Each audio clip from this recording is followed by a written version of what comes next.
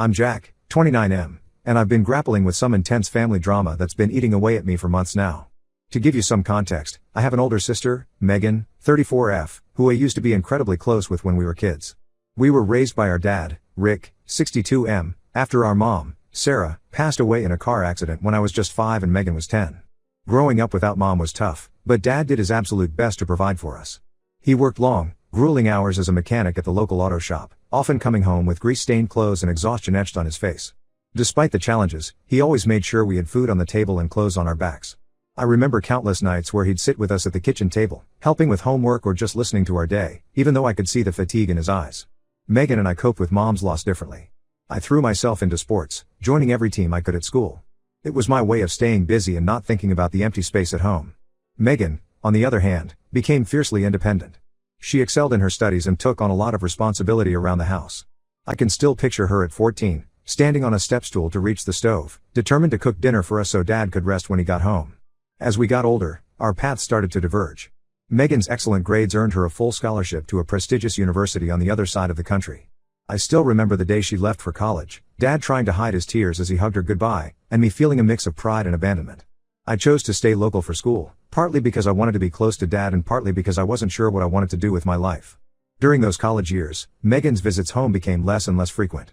At first, it was just holidays, then it dwindled to once a year, if that. She'd call occasionally, but the conversations were always brief and surface level. Meanwhile, I was at home most weekends, helping dad with house repairs or just keeping him company watching old Western movies, his favorite. After graduation, I landed a job at a local bank. It wasn't my dream career, but it was stable, and it allowed me to move into my own apartment while still being close enough to check on dad regularly. I'd go over every Sunday for dinner, often bringing groceries or helping with chores around the house. Things took an unexpected turn about 5 years ago. It was a rainy Tuesday evening when Megan suddenly showed up on dad's doorstep, a baby carrier in one hand and a duffel bag in the other. The baby, we learned, was Emily, Megan's 3-month-old daughter.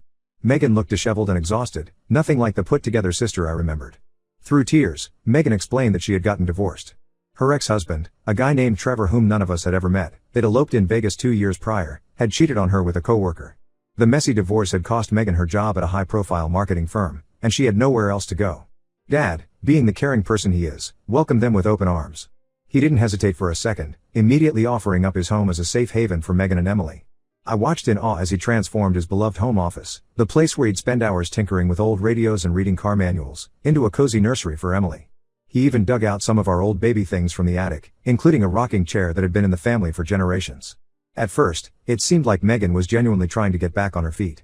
She got a part-time job at a local coffee shop and helped around the house.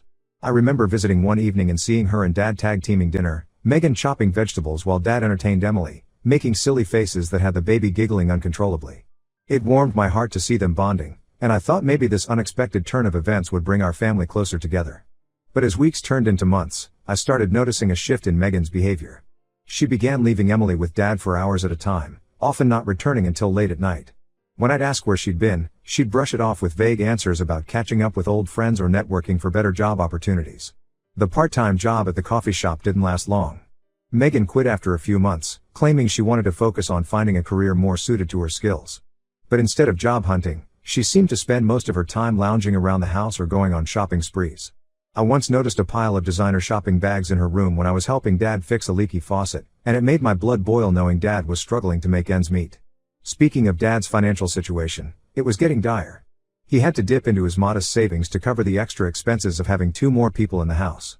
I found out by chance when I overheard him on the phone with the bank, trying to negotiate a payment plan for his credit card bill. When I confronted him about it, he tried to downplay the situation, saying it was just temporary until Megan got back on her feet. But I could see the worry lines deepening on his forehead. I started helping out more, buying groceries and paying some bills without telling dad. I didn't want him to feel like he was failing as a provider. Meanwhile, Megan never contributed a dime. She always had excuses. She was building her wardrobe for interviews, she needed to maintain a certain image for networking, she was investing in online courses to boost her resume. It was always something. The situation came to a head last year when dad had a heart attack. It wasn't severe, thank goodness, but it was enough to land him in the hospital for a few days and scare the living daylights out of me. I practically lived at the hospital, sleeping in an uncomfortable chair by his bed and working remotely from the cafeteria when I could. Megan showed up once, staying for all of 30 minutes before leaving Emily with me and taking off, claiming she had an important meeting she couldn't miss. I later found out from Dad's neighbor that she'd been seen at the local bar that same evening. When Dad was released, the doctor stressed the importance of reducing stress and taking it easy. I took time off work to help him recover, but Megan barely acknowledged what had happened. She continued her same routine, leaving Emily with Dad while she went out. I tried talking to her about stepping up and helping more, but she always had excuses. Dad loves spending time with Emily, she'd say, or I'm still trying to figure out my career path. It's not easy in this economy. I bit my tongue to avoid causing more stress for Dad, but inside, I was seething. How could she be so selfish? How could she not see what she was doing to our father? The final straw came last month. I went to visit Dad on a Saturday afternoon and found him exhausted, trying to calm a crying Emily while Megan was nowhere to be seen. It turned out she had gone on a weekend trip with friends without telling anyone. Dad had been watching Emily for 3 days straight, all while trying to keep up with his doctor's orders to rest. I was beyond furious. When Megan finally returned Sunday evening, I confronted her. I told her she needed to start taking responsibility and stop taking advantage of Dad. She got defensive, saying I didn't understand how hard it was being a single mom, how she needed time for herself too. We got into a huge argument, voices raised and old resentments bubbling to the surface. I ended up leaving to avoid saying something I'd regret, but not before telling her she needed to grow up and start acting like a mother and a daughter. Now, Megan is barely speaking to me. She's told Dad that I'm trying to come between them and that I'm jealous of her relationship with Emily. Dad is caught in the middle, not wanting to take sides. He keeps saying we need to work it out as a family, but how can we when Megan refuses to acknowledge the problem? I love my sister and my niece, but I can't stand seeing Dad being taken advantage of like this. He's not getting any younger, and he deserves to enjoy his retirement without all this stress. The mechanic shop where he worked for over 30 years is trying to get him to come back part-time because they're short-staffed, and I'm worried he'll do it just to make ends meet. I don't know what to do. Should I try to talk to Megan again? Should I involve other family members, like our Aunt Jenny who lives a few hours away? Or should I just step back and let Dad handle it? I'm worried that if I push too hard, I'll end up pushing Megan and Emily away completely, which would break Dad's heart. But I also can't sit by and watch this continue. Any advice would be appreciated. I feel like I'm walking a tightrope, and one wrong move could send our whole family crashing down. Update 1. It's been about a month since my last post, and a lot has happened. I want to thank everyone for their advice and support. Your comments really helped me gain perspective on the situation and gave me the courage to take action. After much deliberation, I decided to have a serious talk with Dad. I went over to his house one evening when Megan was out with Emily at a Mommy and Me class, one of the few responsibilities she'd taken on recently. I found Dad in his garage, tinkering with an old radio, a hobby he'd all but abandoned since Megan moved back in. Seeing him there, surrounded by his old tools and the familiar smell of motor oil, brought back a flood of childhood memories. We sat down on the worn-out couch he kept in the garage, and I started to express my concerns about his health and the stress he's under. At first, he tried to downplay it, saying he was fine and that he loved having Emily around. But as we talked more, the facade began to crumble. Dad admitted that he was exhausted. He'd been using his credit cards to cover expenses and was falling behind on payments. He showed me a stack of bills he'd been hiding in his toolbox, away from Megan's prying eyes. What broke my heart the most was when he confessed that he was afraid of confronting Megan because he didn't want to lose his relationship with Emily. "She's all I have left of your mother," he said, his voice cracking. I realized then that the situation was even worse than I thought. Dad had always been our rock, the one who held everything together. Seeing him so vulnerable and defeated was a wake-up call. I told Dad that we needed to set some boundaries with Megan, for his sake and for Emily's. He agreed but was nervous about how to approach it. We decided to have a family meeting. I called Megan and told her we needed to discuss some important matters. She was reluctant, making excuses about being busy, but eventually agreed when I stressed how important it was to Dad. The meeting was tense from the start. We gathered in the living room, the same room where we used to have family game nights when we were kids. Those happy memories felt a million miles away as we sat there, the air thick with unspoken accusations and resentments. Megan got defensive as soon as we brought up her living situation. She accused me of trying to kick her out, of not understanding her struggles as a single mom. But when Dad started talking about his health issues and financial struggles, something in her seemed to shift. I saw a flicker of the old Megan, the sister who used to look out for all of us, in her eyes. We laid out some ground rules. Megan needed to find a job within the next month. She would start paying rent to Dad. I offered to cover half to make it more manageable for her. She would be responsible for Emily's childcare during work hours instead of relying on Dad. She would contribute to household chores and groceries. Megan wasn't happy about these changes, but she grudgingly agreed. I think seeing how tired Dad looked finally made her realize she needed to step up. We ended the meeting with an awkward group hug, initiated by Dad. It wasn't much, but it felt like a start. The next few weeks were rocky. Megan started job hunting, but she complained about it constantly. Every dinner conversation seemed to revolve around how unfair the job market was or how her skills were being undervalued. But, true to her word, she did start helping more around the house. I'd stop by to find her doing laundry or cooking dinner, Emily playing nearby in a playpen. About 3 weeks after our meeting, Megan got a job at a local marketing firm.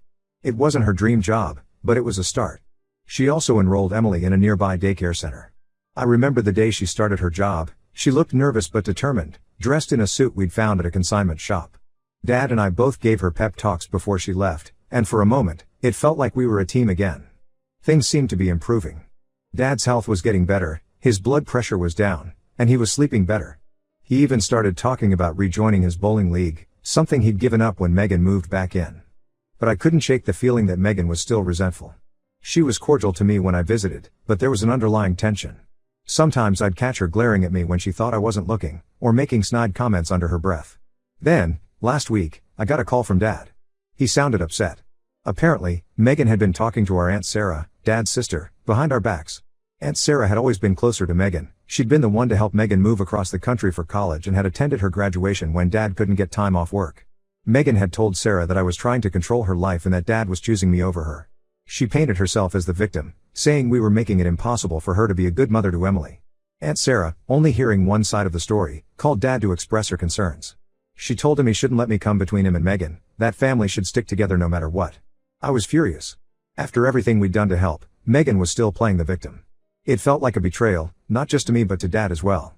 Dad was upset too, but he didn't want to confront Megan about it. "We're finally in a good place," he said. "I don't want to rock the boat. Now I'm at a crossroads. Part of me wants to confront Megan about her behavior, to call her out on her manipulation. But another part worries that it will only make things worse. Dad's health has improved since Megan started helping more, and I don't want to jeopardize that. I'm considering reaching out to Aunt Sarah to explain our side of the story. Maybe if she understood the whole situation, she could talk some sense into Megan. But I'm not sure if that's the right move. Would it just be seen as me trying to turn more family members against Megan? Should I confront Megan? Talk to Aunt Sarah? Or just let it go and hope things continue to improve? I feel like I'm back on that tightrope, and one wrong move could send us all tumbling down again. Any advice would be appreciated.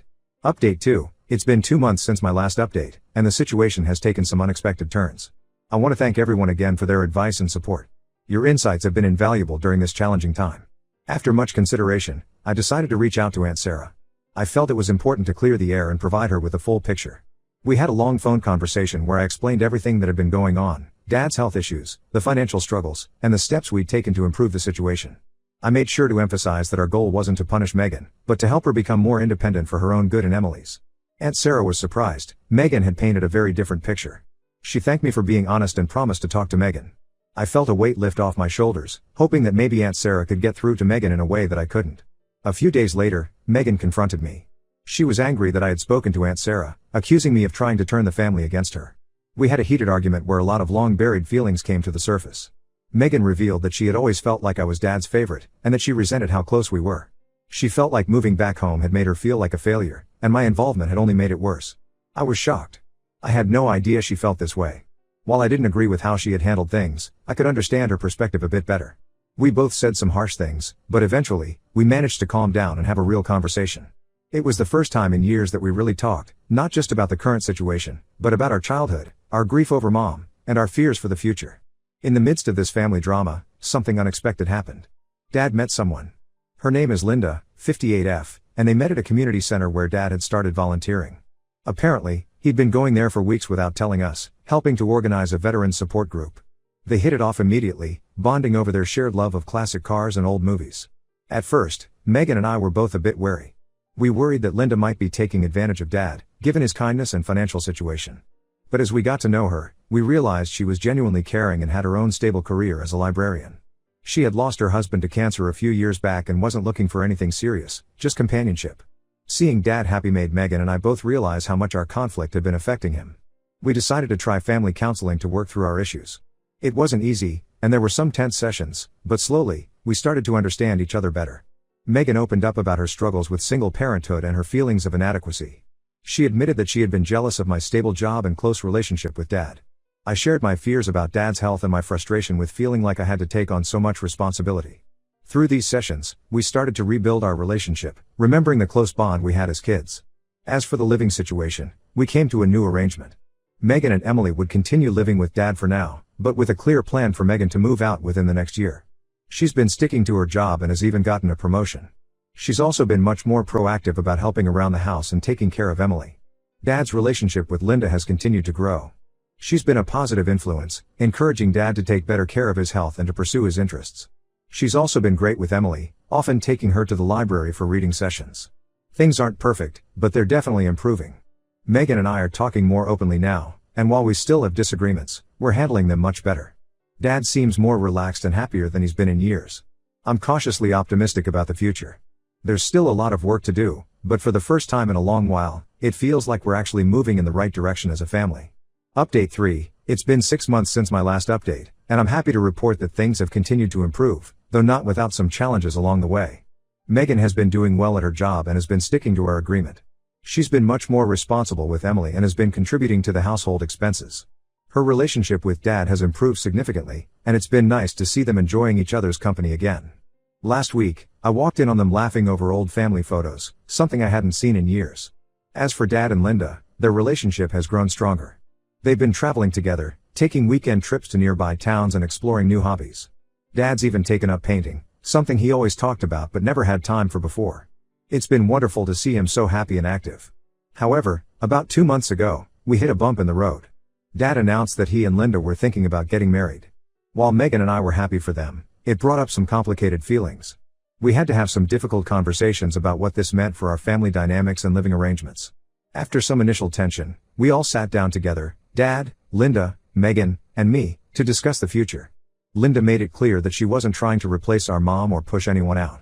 She suggested converting the garage into a small apartment for Megan and Emily, giving them their own space while still being close to family. At first, Megan was resistant to the idea, feeling like she was being pushed aside.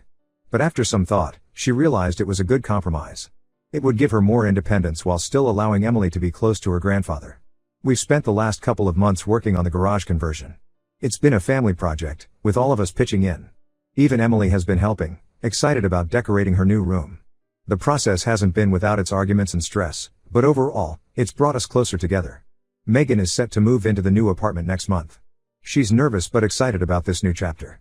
She's been working hard to save money and is even talking about going back to school part-time to finish her degree. As for me, seeing all these positive changes has helped me relax a bit. I've been able to focus more on my own life, even starting to date someone new. Dad's wedding to Linda is planned for the fall, and we're all looking forward to it.